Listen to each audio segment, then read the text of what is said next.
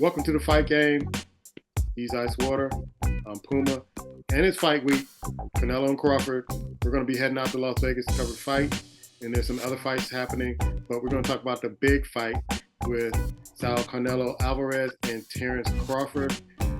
We mentioned weeks ago who we thought was going to win, so let's see if Ice has changed his mind about who he thinks is going to win after analyzing hours of analyzing the dissecting and doing the gazintas like Jeffro on the Beverly Hillbillies on who's going to win this fight.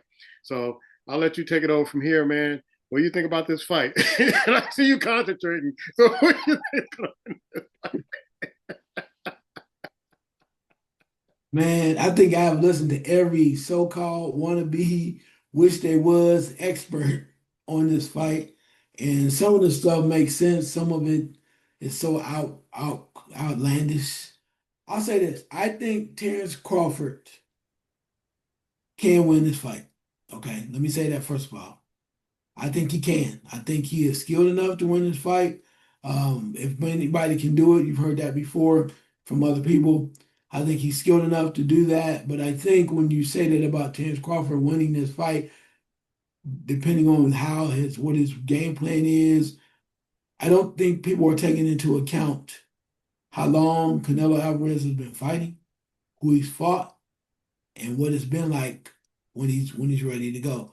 There's only been maybe one or two instances that I recall, even that he's getting older, where you go, damn, he's outclassed. This guy's really taking it to Canelo, or where you even question whether or not Canelo had a really shot at winning, right? And the two instances I know, one because he was young was Floyd Mayweather, okay, clearly outclassed. The second one was Bivol. Bivol literally just said, "Nah, I'm bigger than you. You can't catch me, and I'm a better boxer." Terence Crawford exemplifies all those things as that boxer. And I know they say he already walk around like 170 already, but it's different when you get in that ring. And I like Terence Crawford. I mean, I was the same dude that chose Errol Spence over Terence Crawford, and he proved me wrong. And I had to take my head off and give it to him. This is different. I'll say this. When you think about that, I just think that people are not taking into account what Canelo Alvarez has achieved, right, over the time. And I know some people go, well, he's picking fighters as opponents that really are not that tough. But when the money's on the line, and it's on the table for this one, it's like one of the biggest fights ever. Saul Canelo Alvarez on Mexican, Independence Day. It's something about that. And it's going to be amazing. But I will say this, I think that Terence Crawford to win this fight is going to have to be almost picture perfect. And when I say that is, he's going to have to box. You kind of, when people clown Charlo for running, but you got to box, you got to move. The only thing I'll say about this, I think that Terence Crawford may run into a problem is the factor that deep down inside, I think he wants to show the world how tough he is. And he doesn't want to get it by, oh, I barely won the decision, right? He want to get in there at some point and gets like, I just cracked Canelo and I kept cracking him and I kept, he not only has an ego, he's a competitor. He wants to win and leave no doubt that he won the fight. Like he did against Errol Spence when he was always first. He wants to do the same thing about Canelo. But my only thing I'll say in this point, on that point is, I don't know if he's ever seen anybody like Canelo. At that weight, that's a lot of weight, 168. But hey, greatness, that's what greatness is, though. The guys that you think are, yeah, he are, okay. When it's that time, and that's why I always was a big Floyd Mayweather fan, the bigger event, the biggest performance. He always rose up. And that's the one thing I want to see. We'll see what happens with Buzz. But about the one thing I love about Mayweather, and not to compare the two because they're totally different. Mayweather always made the great fighters look ordinary. And that's greatness to me. You go in there, a guy come in with a game plan. He's like, man, I'm about to, and then he just go, well, I was trying, it doesn't work. And Bud says he's that guy. He's capable, and I admire him for taking on such a major challenge, daring to be great. I admire that. I like that spirit. He is not afraid. Like I can fight him, but we'll see. We will see. But if I'm picking a guy right now, and I've been watching closely, I'm taking Canelo. All right. I'm going to take Crawford, and here's why. I think he's going to outclass him because I think you failed to mention that Triple G outclassed Canelo 3 times. And I felt Triple G won those fights. And it went to a decision and they gave it to Canelo on the holidays or Independence Day and all that other stuff. And something Roy Jones said, and I said, check our show, in previous shows where we talked about this fight. Something Roy Jones said that really kind of hit what how I really feel about Crawford. He says, Canelo has one way to beat you. Crawford has 6 ways to beat you. So if I'm a betting man, I'm putting on my money on the guy who has 6 ways to beat you, as opposed to the guy that has one way to beat you. And so if Crawford can be first, be faster, outclass him, outbox him, and Canelo gets frustrated like he did in the Triple G fights, and the Floyd Mayweather fights, and the Bivol fights, I think this is going to be a win for Crawford. I think he's clearly faster. I think he's more skilled and I think he's going to be the type of boxer who's going to take that data and what Canelo's trying to do, switch it up on him, and make him look ordinary, like he did with Spence. Because there was no way I thought he would have did to Spence what he did, but he made Spence, a great fighter, look ordinary and look like he shouldn't even been in a ring with him. And once I saw that, I realized that this guy is, all the time I'm saying, hey, he ain't fighting nobody, he ain't fighting nobody. This guy is really special, and he knows his stuff, and he knows how to win fights, and his clear determination to say, you know what, he had his time, it's my time, and I got my opportunity, and I'm not going to squander this. He got the heart of a lion, the heart of a champion. I did not see that with the Charlo fight when he fought Canelo. It's like the heart went out of him.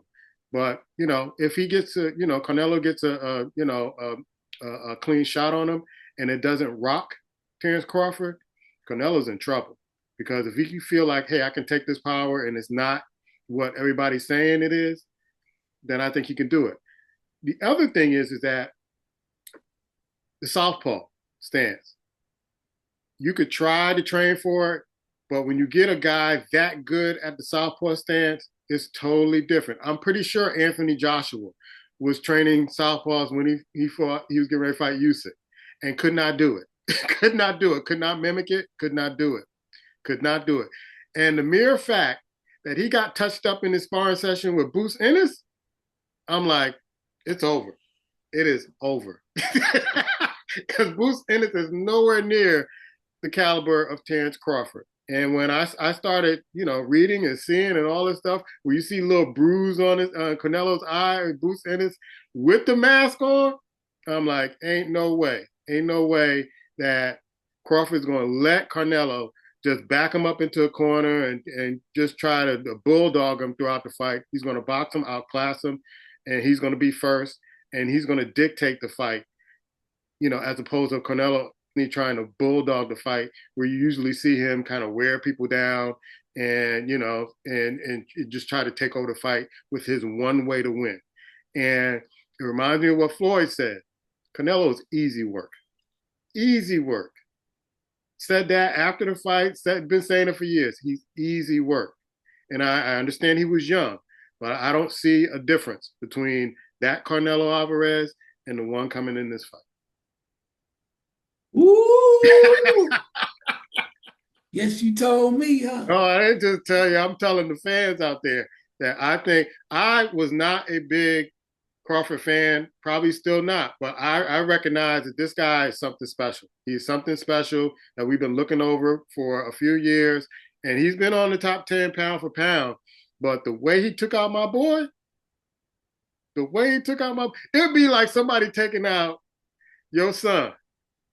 I mean, just dismantling him, just breaking him down. The way he took out, and I know Spence went through the accident and all that stuff, but the way he took out Spence, I'm like, oh no, I got, I got to get his No, I ass ready. mean, I get that to him, but I just think moving up, he got a little he got tagged a little bit in 154, and I think that I think sometimes his defense when he's not on his game where he gets I wouldn't say lackadaisical when he doesn't put that effort defensively, I think he's going to be on his horse all the time because. We've seen him get clipped a couple times. Yeah. When that defensive, he has defensive liabilities, and when that man come at you, that's one thing about Bivol, which made Bivol special. He knew how to get away, and Yeah. Bivol said, "Okay, better Bev." When he fought him too, it's like I know how to get away from the power. Mm-hmm. After the first fight, it's like, okay, yeah, I know he can knock me out, but you know what? I just need to do what I do well, and that's what he did. That, but yeah, it'll be interesting to see can Crawford. When will Crawford engage? I agree that he has the ability to be mobile and box and whatnot and be first because that's how he beat Spence. People don't Yeah. understand that. Spence could not even get off at all. No. And that had never happened to Spence before. Spence always had time to get warmed up and move and be more lethargic. And the boy was like, "Now, boom, I'm here. I'm Yeah. here." When you turn around. But I think in the Canelo thing, even though he can be slower, though, I just think that Crawford gonna take a chance. And like you said, sometimes you try to fight guys and you got to come out and be first. And you mentioned that before, but I think about kind of like Marquez and Pacquiao. Pacquiao couldn't Pacquiao Marquez could never get a decision. Yeah. He wouldn't have till he knocked that man out. And that's my concern But about the fight. That if it goes to a decision, it's not going mhm, to end well for Crawford. That's my because I watched the Triple G fights and I mhm, saw what I saw and I'm like, ain't no way this guy won this fight. There's no yeah, way he won this fight. So I know I was talking to our boy Ed today and I'm like, and he was saying the same thing. He's like, man, I hope it don't go to decision. I hope it go TKO something where it's no doubt that this guy wins. But if it goes to a decision, they're gonna find a way to give it to Canelo Alvarez, and that's going to be a travesty. That's going to be a travesty. And maybe they do that to move it to, oh, we go to a fight too. And no, let the best man win.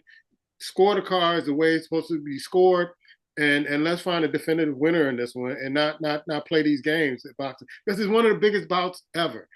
You got Max back, who's covering the fight, and so that's Kellerman. I'm glad he's back. That's the guy that I really like. So let's let this fight play out. Let the best man win.